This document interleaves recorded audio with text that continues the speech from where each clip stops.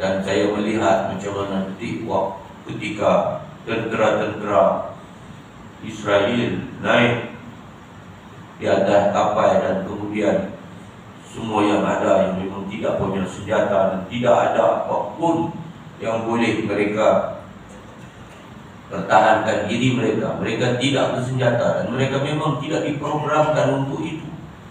Mereka tidak membawa sembarang senjata tajam.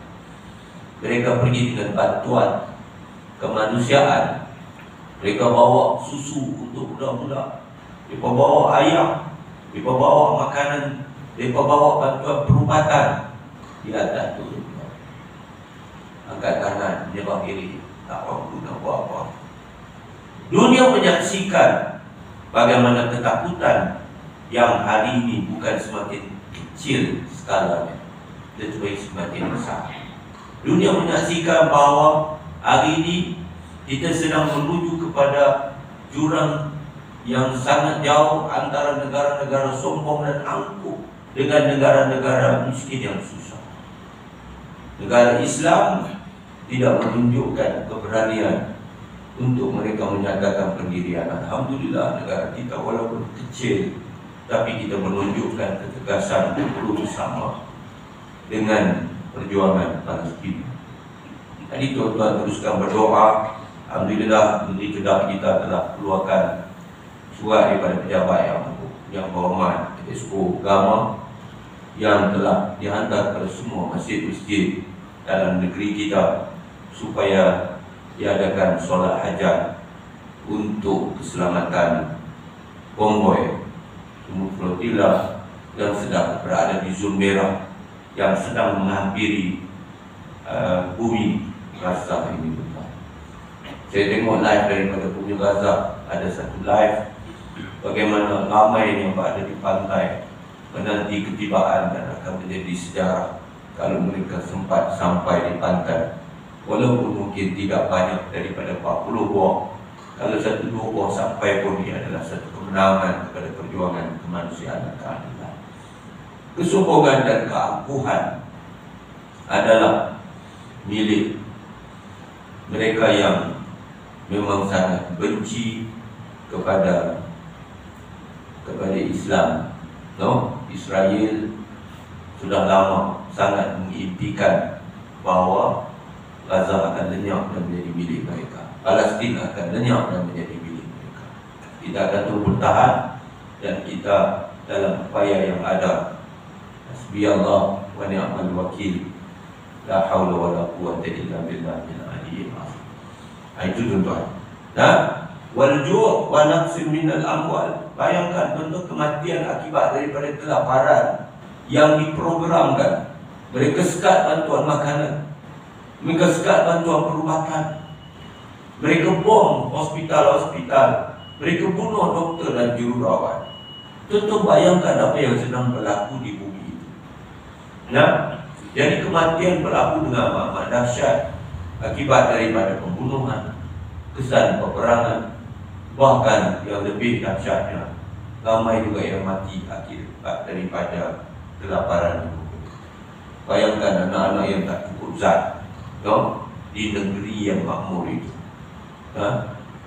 Tapi hari ini dunia menyaksikan bagaimana mereka itu tidak peduli pun. Dunia barat, dunia yang kononnya sangat mengagungkan hak asasi manusia, tidak pun serius memperdulikan nasib umat Islam di Palestin. Lebih malang apabila kerajaan-kerajaan Islam yang kaya-kaya pun jenis bangsa sama mereka, Arab, mereka masih terus bertelingkap, bahkan menyalahkan umat Palestina yang sedang dijadikan mangsa dengan ganas dan rakusnya oleh pihak Israel. Muslimin dan muslimat sekalian, wa naqsim minal amwal wal anfus was samarat. Hari ini dia dah berjangkit ke tebing barat. Ramai yang sudah pun kehilangan rumah, bahkan kebun-kebun zaitun mereka dirampas. Rumah-rumah baru milik orang-orang yang disebut sebagai pendatang Yahudi dibina di tanah-tanah milik warga negara yang sah, pemilik yang sah di tepi barat sekalipun. Bukan di bumi Gaza ni satu dua sebelah tanah tepi barat. Dan wal anfus, kekurangan jiwa, kekurangan harta hilang, jiwa pun banyak yang meninggal, mati, wassabarat, dan juga buah-buahan. Tetapi Allah Ta'ala sebut wabasyiris sabirin, dan berikanlah berita yang gembira wahai Nabi Muhammad kepada orang-orang yang sabar. Inilah senjata daripada senjata ampuh untuk kita terus gagah menghadapi ujian dalam kehidupan, yaitu sabar. Sabar tidak datang melainkan dengan iman. Seorang itu akan mampu bertahan sebenar-benar pertahanan yang kukuh dengan kesabaran yang tinggi kalau dia hadir dengan iman yang benar di dalam diri. Allah kata wabasyiris sabirin, bagaimana berikanlah berita yang gembira itu kepada orang-orang yang sabar, orang yang terus sabar. Alladzina idza asabathum musibah qalu inna lillah, yaitu mereka yang ditimpakan apabila ditimpa dengan musibah, mereka berkata inna lillah wa inna ilaihi raji'un. Ya, sesungguhnya kami dari Allah dan kepada Allah kami kembali. Kata Al-Imam Al-Qurtubi di dalam tafsir Imam Al-Qurtubi, fi hadhihi al-ayah tasliyatun lil mu'minin.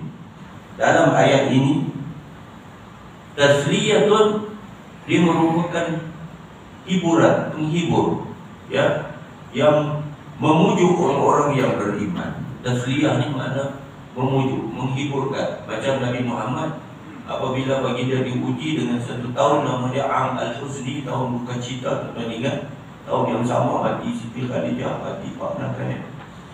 Tengok tulang belakang dua, sayap kiri kanannya, dia telah pun kehilangan mereka berdua. Seorang isteri yang sangat dia cintai, yang selama ini memberikan segalanya untuk perjuangan Nabi, dan seorang lagi Pak Nakanya yang besarkannya, yang berada di belakangnya, walaupun sampai kesudah tidak Islam. Dia sangat remuk apabila Pak Nakanya tidak Islam, sampai Allah turunkan ayat innaka la tahdi man ahbabta walakin Allah yahdi man yasha. Wahai Nabi Muhammad, kamu tak boleh bagi hidayah kepada siapa yang kamu kehendaki, tapi aku, yakni Allah, boleh bagi hidayah kepada siapa yang aku kehendaki. Tuan-tuan, lalu disebut tasliyah itu apabila Nabi SAW dibawa bertemu dengan Nabi-Nabi, Rasul-Rasul, sehinggalah bertemu dengan Allah dalam peristiwa Isra dan Mi'raj, menghiburkan. Jadi tujuannya apa? Kembali memperkemaskan langkah, memantapkan kedudukan untuk meneruskan perjuangan. Jadi kita ni bila diuji, macam mana sikap kita? Kita kena sabar, kita kena tabah, kita kena gagah. Waktu orang lain sudah rebah, kita tetap berdiri untuk terus melangkah, dan tidak ada melangkah namanya ke belakang. Kita akan terus melangkah ke depan. Sebab tu orang Palestin terus tersenyum. Mereka terus hasbi Allah wa ni'mal wakil. Tangan dan jari mereka tetap tinggi, pandangan mereka tetap ke hadapan, dan jari ini tuan-tuan menyatakan Allahu Ahad akan mereka genggam dan tunjuk kepada dunia, sehingga mereka syahid dalam keadaan tangan mereka menunjuk Allah Ahad, Allah itu satu. Tuan-tuan, kata Imam Al-Qurtubi, wa anna ma yusibuhum minal masaib innama huwa ibtila'un, dan sesungguhnya setiap musibah yang menimpa mereka itu hanyalah sebagai ujian. Jadi orang beriman dia tahu bahawa yang sedang berlaku di ujian. Ya, ujian apa? Ujian ketakutan kah? Ujian kemiskinan kah? Kesusahan kah? Kurang nyawa kah? Kurang harta kah? Dan kurang buah-buahan hasil tanaman kah? Apa saja yang berlaku dalam hidup ini adalah ujian. Orang beriman tahu bahawa ini ujian. Tujuannya apa? Liyazhara sabruhum wa tabayyana imanuhum, agar nyata dari ujian itu kesabaran mereka. Jadi kita sabar. Sabar ni tuan-tuan, jangan bila dah kita buat perkataan, kita tunjuk sikap kita, kita tunjuk reaksi kita, kita marah-marah, tak boleh kawal diri, lepas tu baru kita sabar. Itu tak betul. Itu tak betul, ya. Sabar ni maksudnya apa? Sabar tu waktu kena tu, awali sadmatin ni, ketika kena tu, kita kena tu kita sabar. Sabru, sabar itu bila Nabi bagi tahu pada awal pertemuan kita dengan ujian. Kita kena terima ujian itu. Kan cerita seorang perempuan, dia kata dekat Nabi, dia marah dekat Nabi. Apabila Nabi suruh dia sabar, dia tak tahu kata Nabi yang katakan. Nah, lebih kurang kalau orang kita kata sabar malu nak, sabar nak. Dia kata ustaz tahu tak? Tak kenal tak ustaz? Nampak? Dia bawa keluar kemarahan dia bawa keluar emosi dia tak boleh kawal. Ni abang ni ustaz, kalau abang tak beli mutu, abang tak beli kat anak kita, anak kita tak mati kan? Oh, dia tak boleh kata lah mutu mak, tak boleh kata lah mutu. Dia kata apa? Bukan abang beli. Kalau abang tak beli, anak kita tak naik mutu tu. Kalau dia tak naik mutu tu, dia dah mati guna. Dia tak accident. Singkat, marah, tak boleh kawal, sehingga mengeluarkan kata-kata yang boleh mengundang kemurkaan Allah yang sangat besar. Bila kita seperti sudah hilang keimanan kepada qada dan qadar. Suami dia kata sabar, yang sabar. Sabar. Kita tak bisa jumpa orang marah. Tak boleh kawal dia. Tak boleh kawal. Merah, nyala, biji mata perempuan tu payah. Tak boleh tahan. Menggeletak tubuh dia. Tak boleh sabar. Sabar tu bila main minta maaf dekat Nabi. Nabi kata sabar tu pada mula-mula kena. Mula-mula kena tu kita kena sabar. Tak kena terima. Kalau kita tak terima, habis. Orang tu sakit. Dikompon kata dia sakit. No? Awak sabar banyak-banyak ya. Saya nak beritahu awak dalam diagnosis taraf dan sebagainya ni, kita dapati telah confirm barah. Dia dengar barah tak di barah. Boleh saya tahu stage berapa? Dia abang ni kira-kira kena sabar banyak-banyak lah. No, kita tiap lah. Tapi kira-kira cik lambat main. Saya nak tahu stage berapa. Orang ni duduk kisah-kisah, dia tepuk meja, dia kata, ni yang aku tak sabar. Aku tanya stage berapa? Abang-abang daun-daun tu silap hari bulan tu kan, dia pergi rapat terjun sungai, terjun titi. Ada. Bukan kata terjun sungai, terjun titi, terjun bangunan hospital orang. Nampak tak tuan? Kenapa? Tak boleh terima. Tak boleh. Pasal apa aku jaga kesihatan aku dengan baik, tiba-tiba aku kena. Pasal apa? Pasal apa tak kena orang lain? Kita sabar. Inna lillahi wa inna ilaihi raji'un. Kita ni daripada Allah, dan kepada Allah kita akan kena kembali. Maknanya kalau Allah kata, Allah kata kun fayakun. Nah, wa yatabayyana imanuhum.